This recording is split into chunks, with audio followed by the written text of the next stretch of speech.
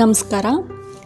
ಸಾಮಾನ್ಯ ಮನೆ ಅಂಗಳದಲ್ಲೋ ಅಥವಾ ತಾರಸಿ ಮೇಲೋ ಮನೆ ಸುತ್ತಮುತ್ತ ಇರೋ ಗಿಡ ಮರದಲ್ಲೋ ಹಕ್ಕಿಗಳಿಗೆ ಕಾಳು ನೀರು ಇದನ್ನೆಲ್ಲ ಇಡೋದು ಸಾಮಾನ್ಯ. ಆದರೆ ನಮ್ಮ ಮನೇಲಿ ಬೆಳಗ್ಗೆ ಏಳ್ತಿದ್ದ ಹಾಗೆ ಹಕ್ಕಿಗಳ ಚಿಲಿಪಿಲಿ ಗಾನ ಶುರುವಾಗುತ್ತೆ. ಕ್ರೋಟಾನ್ ಗಿಡದ ಮೇಲೆ, ದಾಸವಾಳ, ಸೀತಾಫಲ, ಅಶೋಕ ವೃಕ್ಷದ ಮೇಲೆ ಹಕ್ಕಿಗಳೆಲ್ಲ ಮೇಳವನ್ನು ಶುರು ಮಾಡಿರ್ತವೆ. ಆ ಹಕ್ಕಿಗಳಿಗೋಸ್ಕರ ನಮ್ಮ ಮನೇಲೊಂದು ಪುಟ್ಟ ಈಜುಕೊಳ ಇದೆ. ಬನ್ನಿ ಅದನ್ನು ನೋಡೋಣ. ಸುಮಾರು ವರ್ಷಗಳಿಂದ ಹಕ್ಕಿಗಳಿಗೊಂದು ಪುಟ್ಟ ಈಜುಕೊಳ ನಿರ್ಮಿಸಬೇಕು. ಅಲ್ಲಿ ಬಣ್ಣ ಬಣ್ಣದ ಹಕ್ಕಿಗಳೆಲ್ಲ ಬರಬೇಕು. ಹಾಗೆ ಬಂದ ಹಕ್ಕಿಗಳನ್ನು ಚೆಂದ ಕಣ್ತುಂಬಿಕೊಂಡು, ಸಾಧ್ಯ ಆದರೆ ಕ್ಯಾಮರಾದಲ್ಲೂ ಒಂದಷ್ಟು ಆ ಹಕ್ಕಿಗಳ ಫೋಟೋಗಳನ್ನು ತೆಕ್ಕೊಂಡು ಹಕ್ಕಿಗಳ ಜೊತೆ ಆ ಪರಿಸರದಲ್ಲಿ ಕಳೆದು ಹೋಗಬೇಕು ಅಂತೆಲ್ಲ ನಮಗೆ ಪ್ಲ್ಯಾನ್ ಇತ್ತು. ಹಾಗೆ ನಂಗೆ ಕಂಡಿದ್ದೆ ಪುಟ್ಟದೊಂದು ಮಣ್ಣಿನ ಮರ್ಗೆ. ಆ ಮರ್ಗೆ ಮಣ್ಣಲ್ಲಿ ತುಂಬ ವರ್ಷಗಳಿಂದ ಹೂತೋಗಿತ್ತು.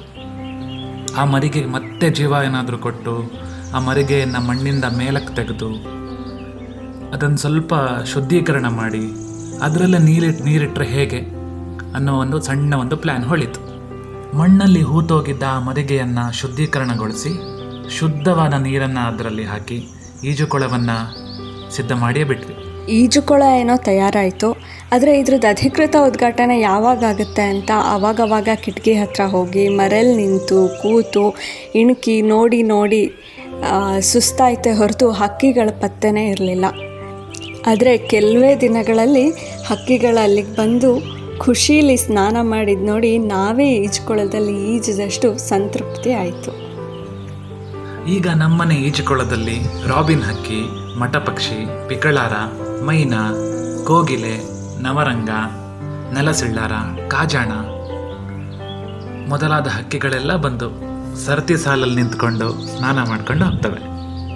ನೀವು ಕೂಡ ನಿಮ್ಮನೆ ಅಂಗಳದಲ್ಲಿ ಪುಟ್ಟದೊಂದು ಈಜುಕೊಳವನ್ನು ನಿರ್ಮಿಸಿ. ಆ ಈಜುಕೊಳಕ್ಕೆ ಬರುವ ಹಕ್ಕಿಗಳನ್ನು ನೋಡಿಕೊಂಡು ನೀವು ಖುಷಿ ಪಡಿ. ಇದು ಪರಿಸರಕ್ಕೆ ನಾವು ಕೊಡುವಂತಹ ದೊಡ್ಡ ಕೊಡುಗೆ.